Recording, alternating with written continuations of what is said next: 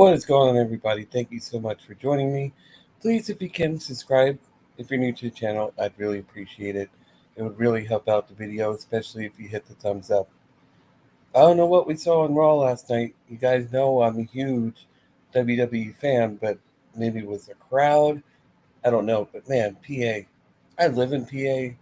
And we're usually not that silent.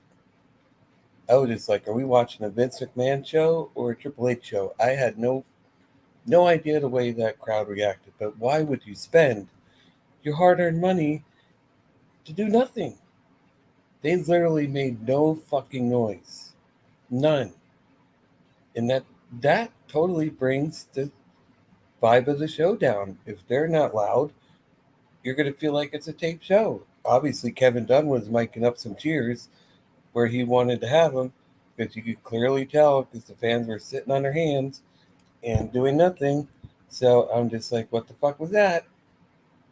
But in good news, as you can see in the description right here on the screen, the 24/7 title is finished. Gone. Good. And people are like, oh man, why'd they do that to Dana?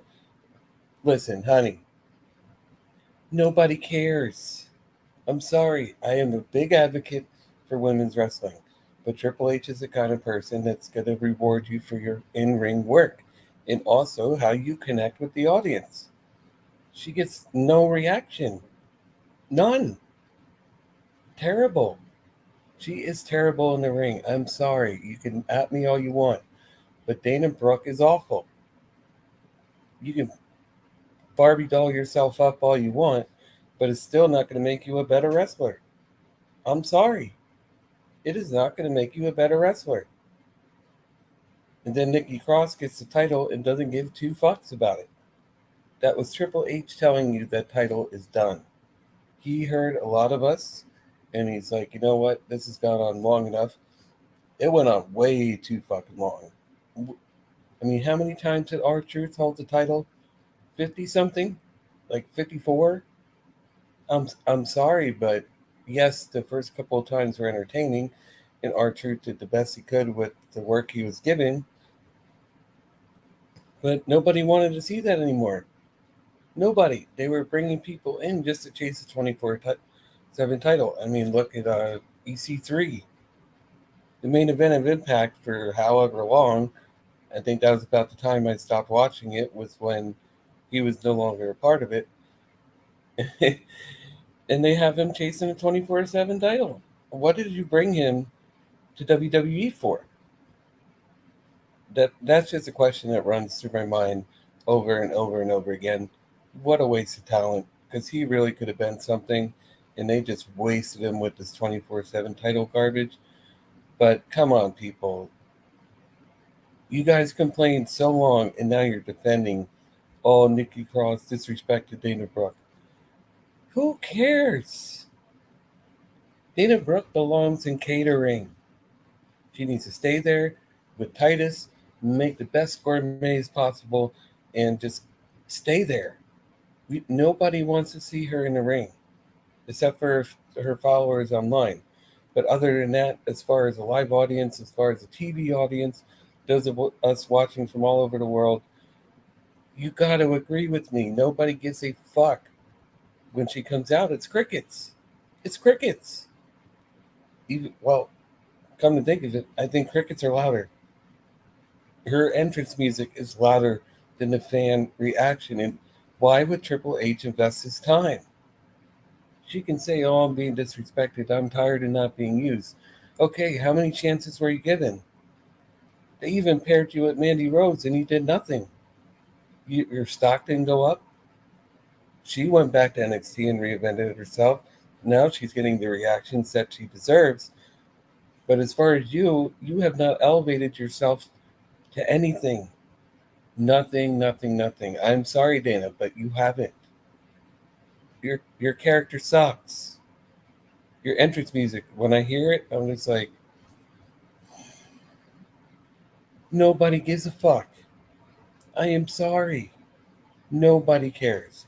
So when Nikki had the title, and then she's walking with down the show, do you know how most everybody grabs that title real close, puts it around her waist, their waist, and are proud to hold it.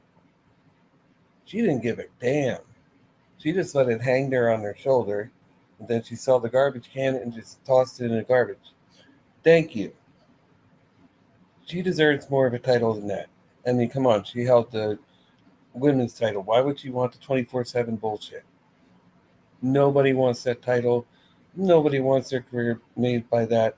Maybe if they brought back the hardcore championship, that would be something.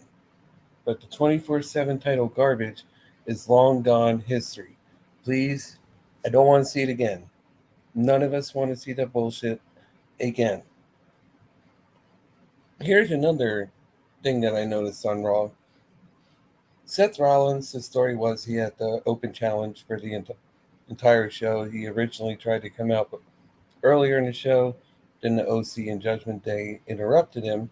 So, like the heel that he is, he got out of Dodge and avoided that situation. Then he came out later, and then you see Bobby Lashley come on the Titantron, and I'm just like, oh shit. And then, then Ali tries to take him out, and he just picks him up and throws him. And I'm just like, oh my lord, why would you want Ali? I don't know what you're thinking. As when you see Bobby Lashley that pissed off, even Carmelo Hayes was like, I was gonna pop out and accept this challenge, but I saw Bobby and said, never mind. Very, very good decision, Mr. Hayes. Very good decision. I would have done the same thing. As pissed off as he was about losing, you don't want to have any part of Bobby Lashley at that point. Then, towards the main event, we see Austin Theory come out, and I'm just like, oh Lord, here we go. But the guy was an idiot. This was an open challenge. You wasted your briefcase on an open challenge. How dumb can you be? They really made him look like an idiot last night. Even though a lot of people on social media were like, why did he do that? I don't understand. It was an open challenge. He could have just accepted the open challenge and save his contract for a world championship. But is he gonna? No, because he knows he can't beat Roman. But if I was Austin Theory, he would have been better off down in NXT. Going after Braun Breaker, he wouldn't have the Bobby Lashley situation to worry about. You know, Braun would have took him on one-on-one, hurt or not, beat up or not. And he would have had a better chance in that situation going for the NXT title, the United States title. You're going to waste your contract on that? I was thinking while I was watching the show, why don't he wait till WrestleMania and do a Rollins?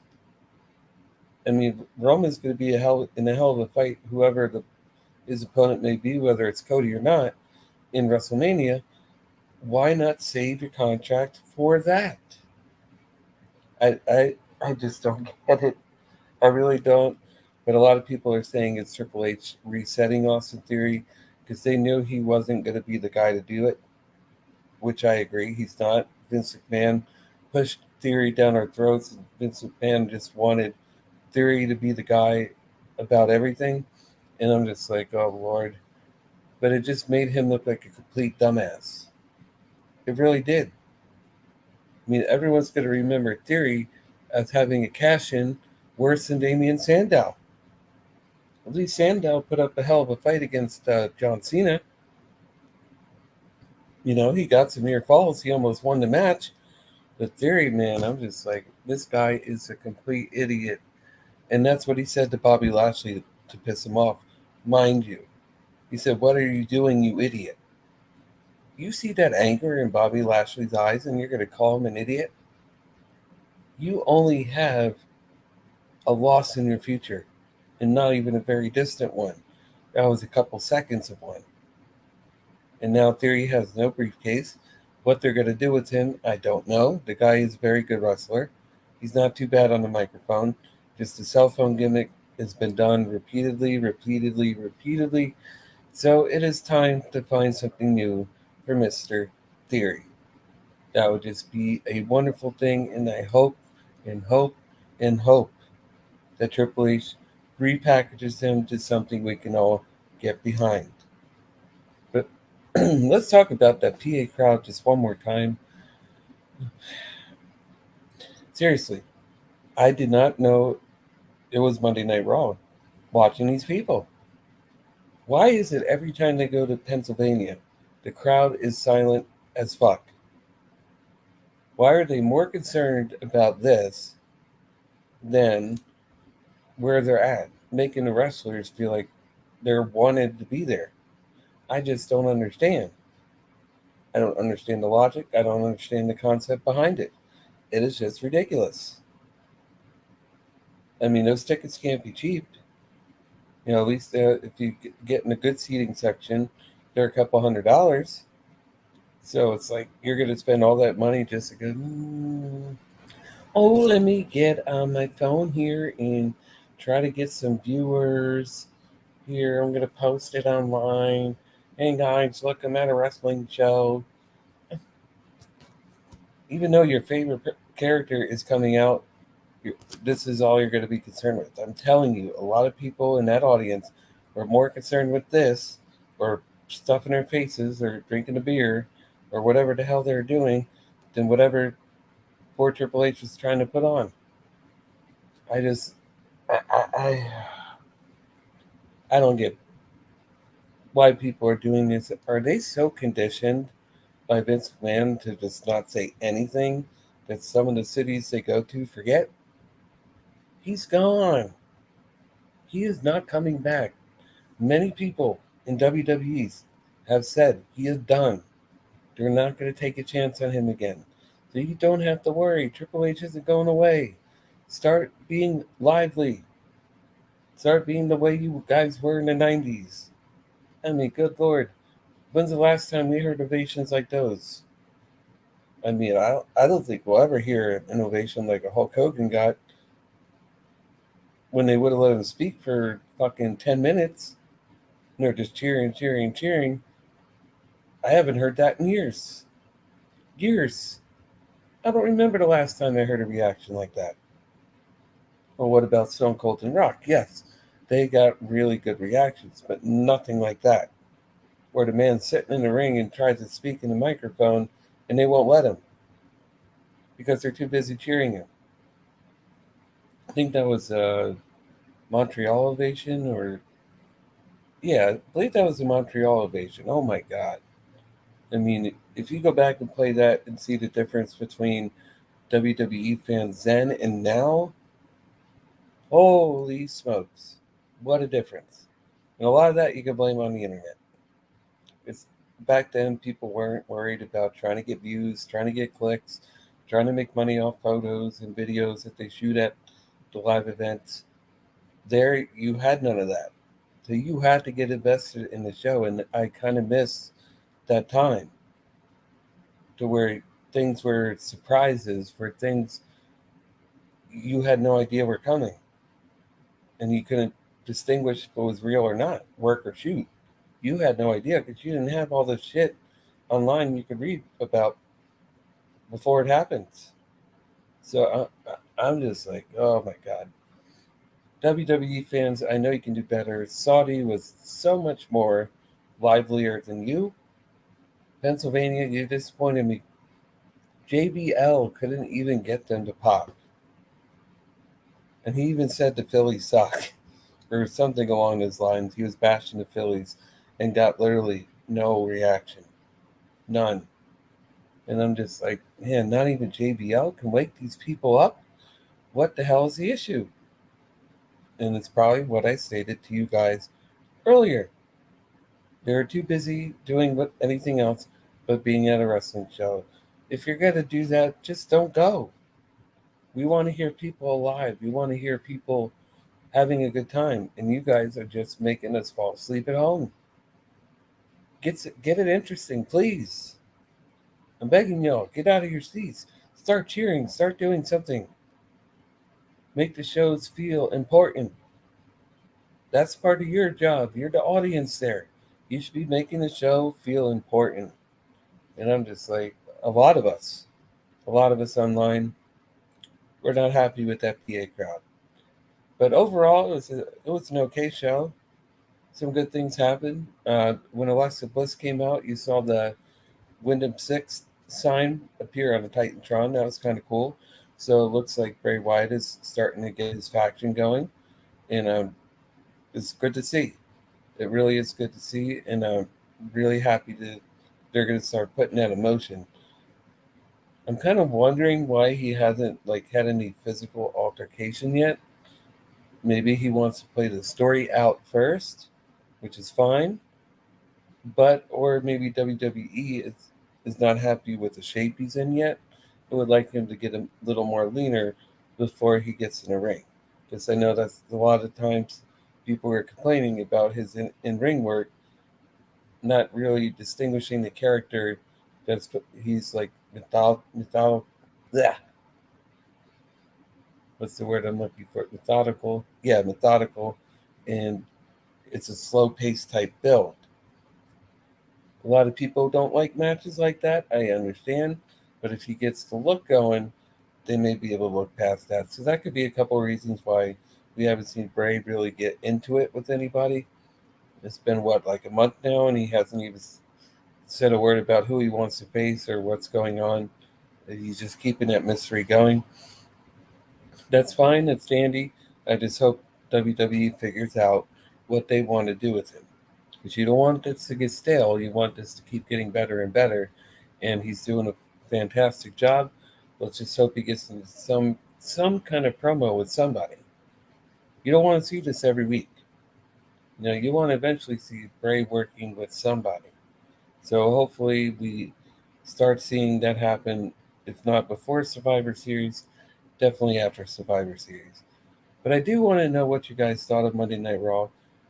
Again, I thought it was an okay show. I basically went over the highlights for you guys, and hope you enjoyed my little rant about Dana Brooke earlier. I'm just like, I don't get why she's complaining. Nobody cares, so it's like, why do you all of a sudden want us to care? You've done nothing, absolutely nothing. So please, please, please stop complaining. Be happy you're employed, and be or go somewhere else if you don't want to be there. Give the spot to somebody else that wants to be in WWE. Please stop wasting our time. Thank you, Dana. See you in catering. That's all I'm going to say about that. But if you guys can, you know the spiel. Please subscribe if you're new. Also, please hit the thumbs up. It really helps out the video. Tons of content on the channel. I'd really greatly appreciate it. You guys have been amazing. And I thank you all for your support. That's really all that happened on Raw. So there's no point in me dragging this on and on and on just to make the watch time a little longer. I'm not going to do that. That's pretty much everything that you guys need to know.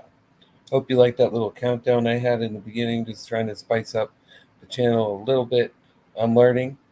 I may not be computer savvy, but I'm making the effort to learn. So I hope you guys appreciate that. Remember, real wrestling continues later tonight for NXT. Hopefully it's a good show, and I love you guys. Sorry it's a little short, but there's not really that anything happened on Raw other than 24/7 title got thrown away. Theory failed to cash in. Bobby Lashley beat up Seth and Theory, and that's it. That's really all we got. Oh, how could I forget? Mia Yim returned last night. She is now aligning herself with DOC, and now it's even, and Rhea's like, oh shit. So now it's 4-4.